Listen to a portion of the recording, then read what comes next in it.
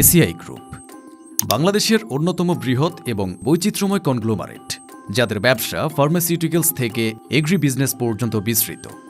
কিন্তু প্রশ্ন উঠছে, কিভাবে একটি ফার্মাসিউটিক্যাল কোম্পানি দেশের সবচেয়ে প্রভাবশালী ব্যবসায়িক সাম্রাজ্যে পরিণত হলো? এই অসাধারণ সাফল্যের পেছনে কি রয়েছে? কঠোর পরিশ্রম ও সঠিক কৌশল, নাকি এর আড়ালে লুকিয়ে আছে কর ফাঁকি, আর্থিক অনিয়ম এবং বিতর্কের অন্ধ অধ্যায়? আজকের বিজনেস ম্যানিয়ার ভিডিওতে থাকছে এসিআই গ্রুপের উত্থান, সাফল্য এবং বিতর্কিত অধ্যায়ের গল্প, সেই সাথে ভবিষ্যৎ পরিকল্পনার বিশ্লেষণ। এসিআই গ্রুপের যাত্রা শুরু হয়েছিল এমন এক সময়ে যখন সদ্য স্বাধীন বাংলাদেশের বিভিন্ন খাত পুনর্গঠনের প্রয়োজনীয়তা তীব্র ছিল। তাদের শেকড় 1968 সালে, যখন ব্রিটিশ বহুজাতিক প্রতিষ্ঠান ইম্পেরিয়াল কেমিক্যাল ইন্ডাস্ট্রিজ তৎকালীন পূর্ব পাকিস্তানে তাদের শাখা স্থাপন করে। স্বাধীনতার পর বাংলাদেশে তাদের কার্যক্রম নতুন করে শুরু হয়। শুরুটা ছিল ফার্মাসিউটিক্যাল পণ্য উৎপাদনের মাধ্যমে।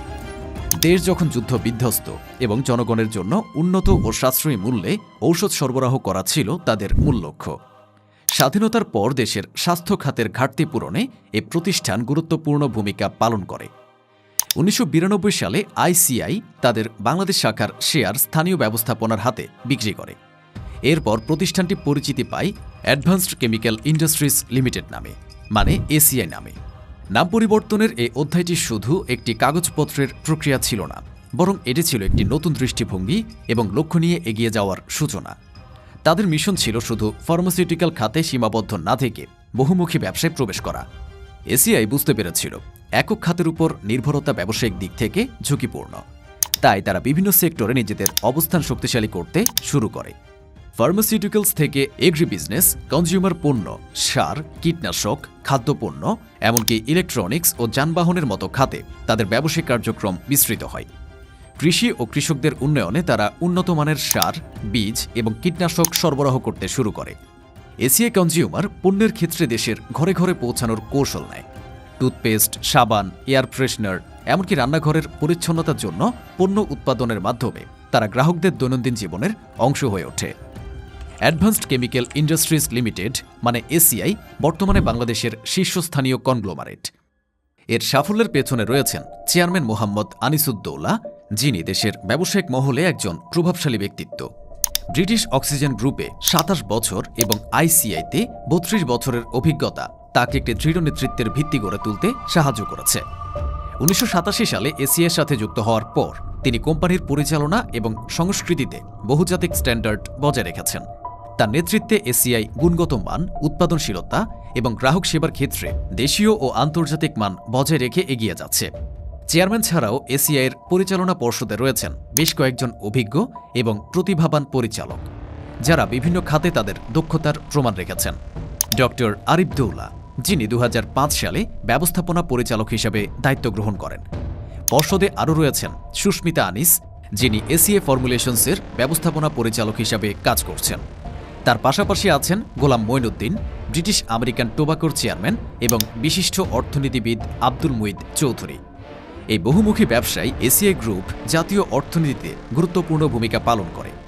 2019-20 অর্থবছরে তারা কর্পোরেট ট্যাক্স, শুল্ক এবং মূল্য সংযোজন করের মাধ্যমে জাতীয় কোষাগারে প্রায় 4,318 মিলিয়ন টাকা প্রদান করে। তাদের বার্ষিক বিক্রি প্রায় 7,500 কোটি টাকায় পৌঁছেছে। এছাড়া এসিআই প্রায় 10,000 কর্মসংস্থানের সুযোগ সৃষ্টি করেছে, যা দেশের আর্থসামাজিক উন্নয়নে এক বিশাল অবদান। এসিআইয়ের সাফল্যের গল্প কঠোর পরিশ্রম, সময়োপযোগী সিদ্ধান্ত এবং বাজার বিশ্লেষণের ফল। একটি ক্ষুদ্র ফার্মাসিউটিক্যাল কোম্পানি থেকে তারা আজ দেশের অন্যতম বৃহৎ কনগ্লোমারেটে পরিণত হয়েছে। কনজিউমার পণ্যে তাদের মান বজায় রেখে গ্রাহকদের আস্থা অর্জন করেছে, যা দেশের বাজারে আধিপত্য তৈরি করেছে এবং আন্তর্জাতিক পর্যায়েও স্বীকৃতি পেয়েছে। পণ্যের বৈচিত্র্য ও কৌশলী পরিকল্পনার মাধ্যমে এসিআই দেশের অন্যতম প্রভাবশালী প্রতিষ্ঠান হয়ে উঠেছে, যা শুধু অর্থনৈতিক নয়, সামাজিক উন্নয়নেরও উদাহরণ। তবে এসিআই গ্রুপের সাম্প্রতিক বিতর্ক তাদের 1,831 কোটি টাকার আন্তঃপ্রতিষ্ঠান ঋণ নিয়ে। Bangladesh securities and exchange commission অভিযোগ তুলেছে এই ঋণ 2006 সালের নিয়ম লঙ্ঘন করেছে। নিয়ম অনুযায়ী তালিকাভুক্ত কোম্পানিগুলো অনুমোদিত মূলধনের 50% বেশি কোনো ব্যক্তিগত প্রতিষ্ঠানকে ঋণ দিতে পারে না। এসিআইয়ের মূলধন 57.37 কোটি, অথচ তারা ১,৮৩১.৮৯ কোটি টাকা ঋণ দিয়েছে তাদের ১২টিরও বেশি সাবসিডিয়ারিকে। এসিআই কর্মকর্তারা দাবি করেন এই ঋণ ব্যবসা সম্প্রসারণে সহায়ক হলেও ঋণের সুদ বাবদ বিপুল অর্থ ব্যয় তাদের মুনাফাকে ক্ষতিগ্রস্ত করেছে। গত এক দশকে তাদের ব্যবসা ৫০০ কোটি থেকে ১০,০০০ কোটিতে পৌঁছালেও লোকসান অব্যাহত রয়েছে। ২০২২-২৩ অর্থ বছরে তারা ৪৯ কোটি লোকসান করেছে। এর প্রধান কারণ ঋণের উচ্চ সুদ, শক্তির ব্যয় বৃদ্ধি, মুদ্রাস্ফীতি এবং ডলারের মান বৃদ্ধি। এসিআইয়ের ইতিহাসে প্রথমবারের মতো লোকসান ঘটে ২০১৮-১৯ অর্থ বছরে ৭৭.৫ কোটি। পরবর্তী বছর এই পরিমাণ বেড়ে ১০৫.৯ কোটিতে পৌঁছায়।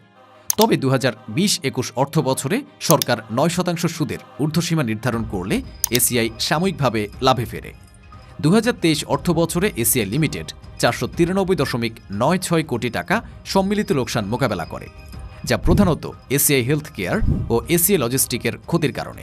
দুইটি সাবসিডিয়ারি যথাক্রমে ২২৪ কোটি এবং ১৫২ কোটি টাকা লোকসান করে। কর্মকর্তারা জানিয়েছেন ঋণের উচ্চ সুদের কারণে এই ক্ষতি হয়েছে। শেয়ারহোল্ডারদের জন্য ৪০% নগদ লভ্যাংশের ঘোষণা করলেও এসিআই এখনও ঋণের উপর অত্যাধিক নির্ভরশীল। স্বপ্ন ব্র্যান্ড এবং অন্যান্য সেগমেন্টেও ঋণের চাপ সামলাতে হিমশিম খাচ্ছে। তবুও কোম্পানিটি কোরি ডিজিটাল পিএলসি নামে একটি ডিজিটাল ব্যাংকে বিনিয়োগ এবং একটি এভিয়েশন সাবসিডিয়ারি প্রতিষ্ঠার পরিকল্পনা করছে। এসিআইয়ের বিরুদ্ধে বিভিন্ন বিতর্ক ও অভিযোগের কারণে জনমনে মিশ্র প্রতিক্রিয়া সৃষ্টি হয়েছে। অনেকে মনে করেন এসিআইয়ের পণ্য ও সেবা দেশের অর্থনীতির জন্য গুরুত্বপূর্ণ, বিশেষ করে কৃষি, স্বাস্থ্য এবং ভোগ্যপণ্যে তাদের অবদান অনস্বীকার্য। তবে কিছু ব্যক্তি তাদের ব্যবসায়িক কৌশল এবং সাবসিডিয়ারি কোম্পানির ঋণভারের কারণে তাদের পরিচালনা পদ্ধতির সমালোচনা করেছেন। বিশেষত কিছু সাবসিডিয়ারি কোম্পানির ক্ষতির কারণে পুরো গ্রুপের লাভের উপর নেতিবাচক প্রভাব পড়ছে, যা অনেক শেয়ারহোল্ডারের জন্য উদ্বেগের সৃষ্টি করছে। এই মিশ্র প্রতিক্রিয়া এসিআইয়ের ভবিষ্যৎ পরিকল্পনা এবং সিদ্ধান্তের উপর প্রভাব ফেলতে পারে। এসিআই কি তাদের বিতর্ক পেরিয়ে দেশের অর্থনীতিতে আরও ভূমিকা রাখতে পারবে, নাকি তাদের সাফল্যের গল্প বিতর্কে ঢাকা পড়ে যাবে? দর্শক হিসাবে আপনাদের মতামত কি? এসিআইয়ের উত্থান এবং বিতর্ক নিয়ে আপনাদের মন্তব্য আমাদের জানাবেন। আপনি কি মনে করেন তাদের এই বিতর্কের পরিপ্রেক্ষিতে কোম্পানি আরও শক্তিশালী হয়ে উঠবে, নাকি এটি তাদের সাফল্যের পথে প্রতিবন্ধকতা সৃষ্টি করবে? ভবিষ্যতে তাদের উন্নতির জন্য আপনার পরামর্শ দিতে ভুলবেন না। আমাদের কমেন্টে আপনার মূল্যবান মতামত শেয়ার করুন। আজকের ভিডিও এই অবধি। দেখা হবে নেক্সট ভিডিওতে। টিল দেন, আল্লাহ হাফেজ।